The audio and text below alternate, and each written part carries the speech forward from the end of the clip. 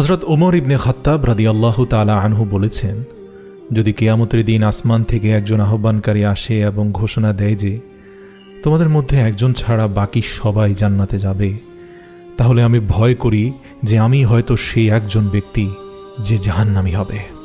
তারপর তিনি আরও বললেন যে যদি কিয়ামতের দিন একজন আহ্বানকারী আসে এবং ঘোষণা দেয় যে তোমাদের মধ্যে একজন ছাড়া বাকি সবাই জাহান্নামে যাবে, তাহলে আমি আশা করি যে আমি হয়তো সেই একজন ব্যক্তি। এটাই আমাদেরকে জানিয়ে দেয় যে এইসব সাহাবারা তাদের চিন্তা চেতনায় সর্বদা আশা এবং ভয়ের মাঝামাঝি অবস্থান করতেন।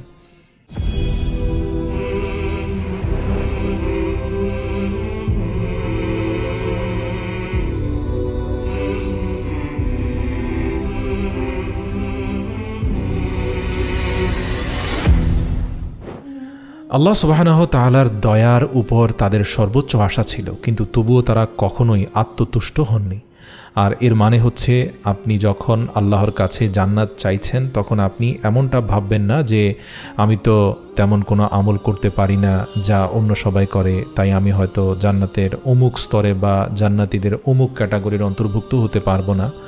বরং আপনি নিজের চিন্তা করুন কিভাবে আপনি আল্লাহ সুবহানাহু ওয়া তাআলার কাছে আন্তরিকভাবে জান্নাতের সর্বোচ্চ স্তর আল ফিরদাউসের জন্য প্রার্থনা করতে পারেন, এবং তারপর আপনি আপনার জীবনের সেই গুণগুলি আয়ত্ত করতে শুরু করুন যা এই মুহূর্তে আপনার কাছে হয়তো অপ্রয়োজনীয় বলে মনে হতে পারে। প্রিয় দর্শক, জান্নাতে শুধুমাত্র লেভেল এবং স্তরই নেই, বরং জান্নাতের অনেকগুলো বিভাগ রয়েছে।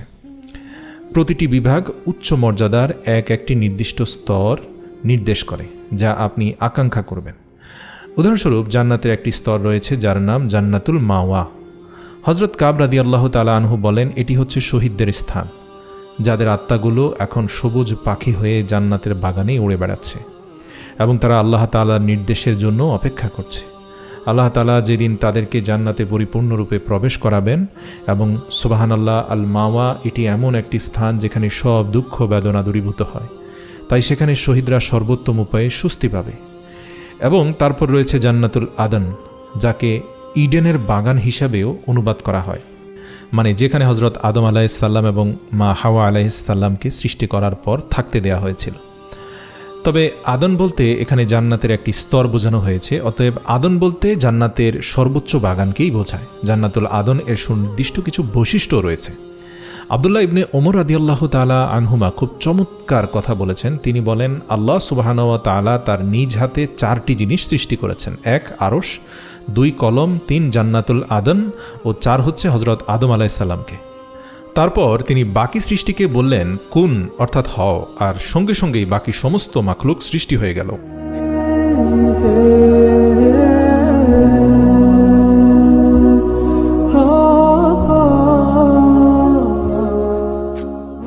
এর অর্থ হলো জান্নাতের এই বিশেষ অংশের বিশেষ কিছু বৈশিষ্ট্য রয়েছে যা ঈমানদারদের জন্য আরও বেশি কাস্টমাইজ করে তৈরি করা হয়েছে।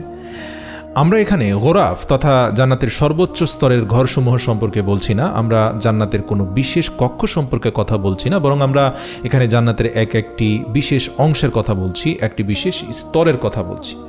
শিমর ইবনে আতিয়া রাদিয়াল্লাহু তাআলা আনহু থেকে বর্ণিত, রাসূল সাল্লাল্লাহু আলাইহি সাল্লাম বলেছেন, আল্লাহ তাআলা জান্নাতুল আদন সৃষ্টি করেছেন তার নিজ হাতে।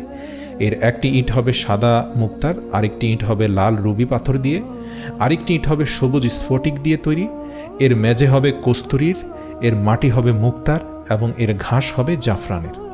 অতঃপর আল্লাহ সুবহানাহু ওয়া তাআলা জান্নাতুল আদন এটিকে কথা বলার নির্দেশ দিবেন এবং এটি তখন বলবে, কদ আফলাহাল মুমিনুন, মুমিনগণ সফল হয়ে গেছে। আর আল্লাহ সুবহানাহু ওয়া তাআলা বলেন, আমি আমার মহিমা ও সম্মানের শপথ করে বলছি, তোমাদের মধ্যে কোনো কৃপণ ব্যক্তি আমার প্রতিবেশী হবে না। এর মানে হলো এই মহান পুরস্কার হবে কেবলমাত্র মহান ও উদার লোকদের জন্য যারা দানশীল।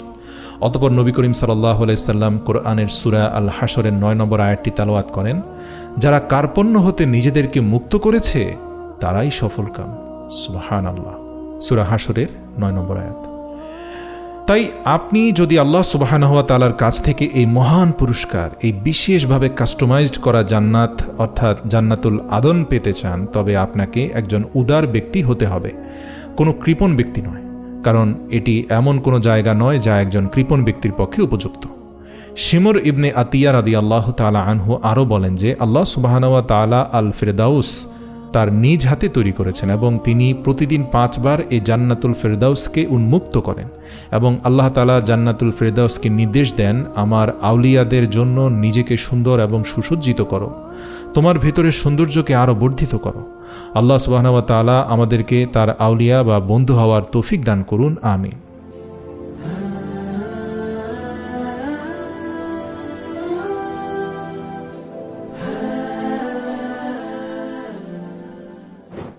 অতএব জান্নাতে রয়েছে আল ফিরদাউস।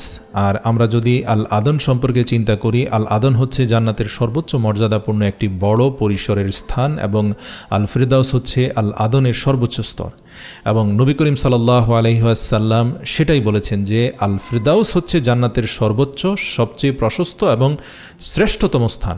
রাসূল সাল্লাল্লাহু আলাইহি ওয়াসাল্লাম আরও বলেছেন, যখন তুমি আল্লাহর কাছে জান্নাত চাও তখন তার কাছে শুধু জান্নাত চাইবে না, বরং তার কাছে জান্নাতুল ফিরদাউস চাইবে, কারণ এটা জান্নাতের মধ্যে শ্রেষ্ঠতম জান্নাত, এটি জান্নাতের সর্বোচ্চ স্তর এবং এর উপরে রহমানের আরশ রয়েছে এবং এটি থেকেই জান্নাতের নদীসমূহ প্রবাহিত হয়।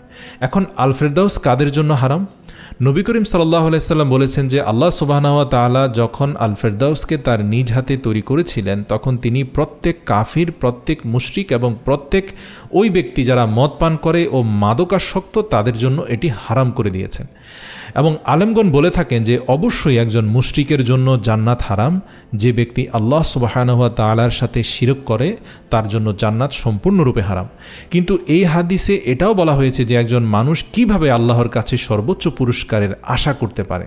যখন একজন মানুষ ধারাবাহিকভাবে পাপ কাজ থেকে ফিরে আসতে থাকে তখন মানুষের ভেতরে একটা উৎসাহ তৈরি হয়, সে গুনাহ থেকে ফিরে আসতে পারে, কারণ এসব অশ্লীল ও নোংরা জিনিস এমন কারো জন্য উপযুক্ত নয় যে জান্নাতে উচ্চ পুরস্কারের আশা করে।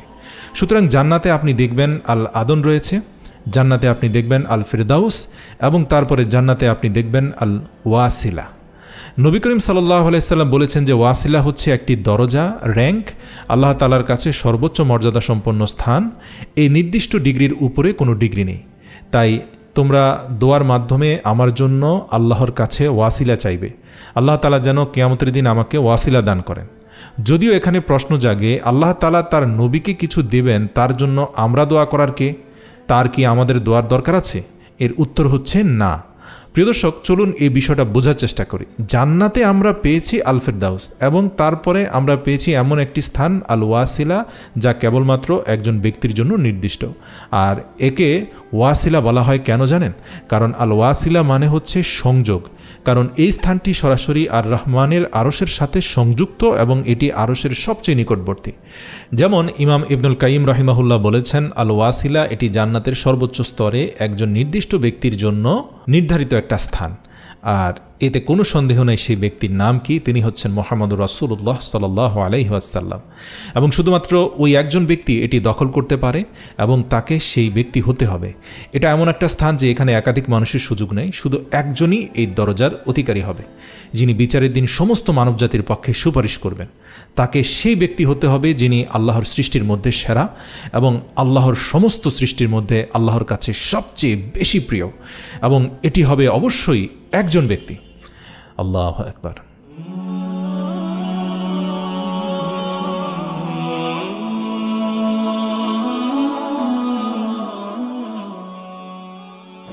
আল ওয়াসিলা, যার অর্থ সংযুক্ত করা, এবং তিনি পৃথিবীর ইতিহাসে অন্য যে কারো চেয়ে বেশি সংখ্যক মানুষকে আল্লাহ সুবহানাহু ওয়া তাআলার সাথে সংযুক্ত করেছেন এবং তিনি কিয়ামতের দিন ইতিহাসের অন্য যে কোনো মানুষের চেয়ে বেশি সংখ্যক মানুষকে জান্নাতে নিয়ে যাবেন। আল্লাহু আকবার। তাই তিনি রাসূল সাল্লাল্লাহু আলাইহি সাল্লাম আল ওয়াসিলার একমাত্র হকদার। ভেবে দেখুন, তার চেয়ে বেশি ওয়াসিলার যোগ্য আর কে রয়েছে?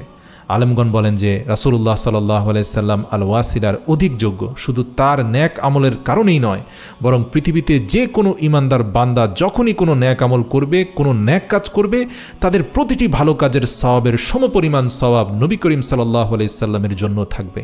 কেননা যদি কেউ অন্য কাউকে কোনো ন্যাক কাজের পথ দেখায়, তবে তার আহ্বানে সেই ব্যক্তি যেই ন্যাক আমল করবে তার সওয়াবের সমপরিমাণ অংশ আহ্বানকারীর আমল নামায়ও দেওয়া হবে।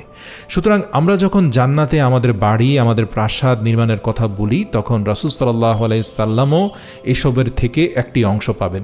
সুতরাং রাসূলুল্লাহ সাল্লাল্লাহু আলাইহি সাল্লামের কথা চিন্তা করুন, যিনি আমাদেরকে আল্লাহর একত্ববাদের দাওয়াত দিতেন, মানুষকে জাহান্নামের আগুন থেকে টেনে বের করে আনতেন, এবং যিনি বিচারের দিন আমাদের জন্য সুপারিশ করবেন এবং মানুষকে জান্নাতের দিকে নিয়ে যাবেন।